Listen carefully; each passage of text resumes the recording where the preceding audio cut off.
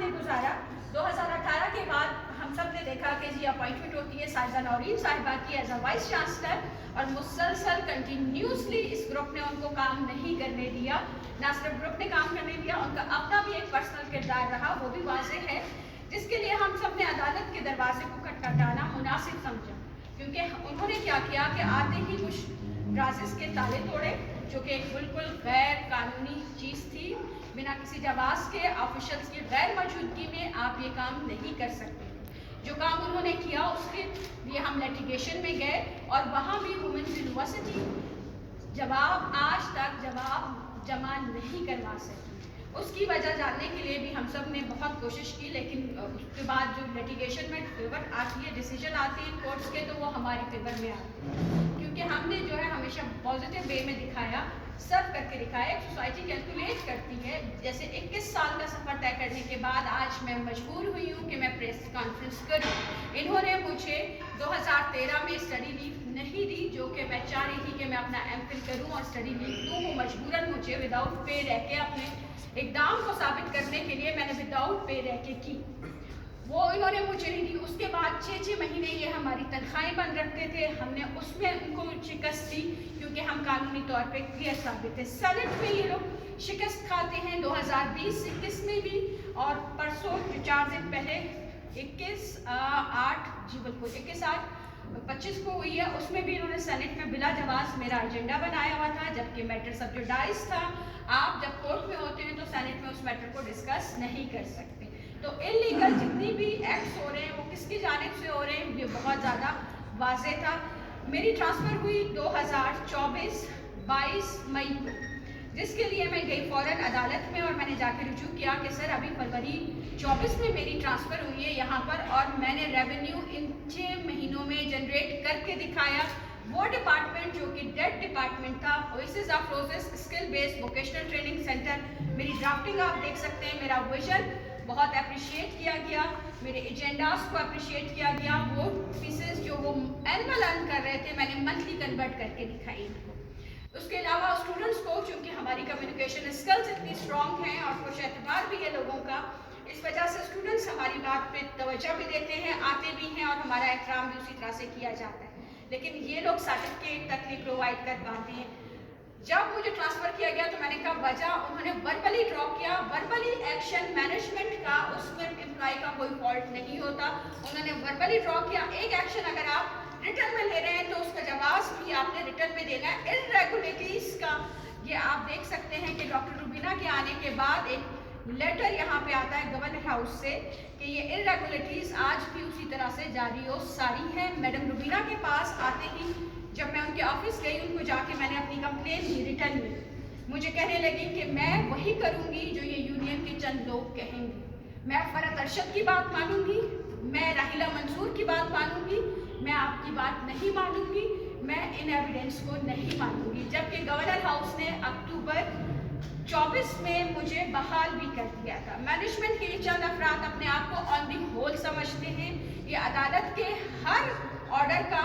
By پاس کرتے ہیں، governor house کے ہر نوٹیفیکیشن کو بائی پاس کیا جاتا ہے، یعنی کہ یہ اس قدر مضبوط خود کو تصور کرتے ہیں کہ جی ہمیں آپ میں سے کوئی ایک بھی چیلنج نہیں کر سکتا۔ ایون یہ اس طرح سے کام کرتے ہیں کہ مائنڈ الگ ہے، سگنیچر کسی اور سے کروائیں گے، رجسٹرار جو ایکٹنگ آپ سب نے دیکھا کہ ہم نے ماشاءاللہ سے 10-11 رجسٹرار تبدیل کیے ہیں۔ کیوں تبدیل کیے ہیں؟ 5GP کی ریم سے بھی زیادہ ہم فاسٹ چلنا پسند کر رہے ہیں۔ ایکٹنگ رجسٹرار بارہا ان کے آفسز سیل ہوئے، in front of the authority seal ہوئے۔ جب میں نے کہا کہ میڈم ٹھیک ہے،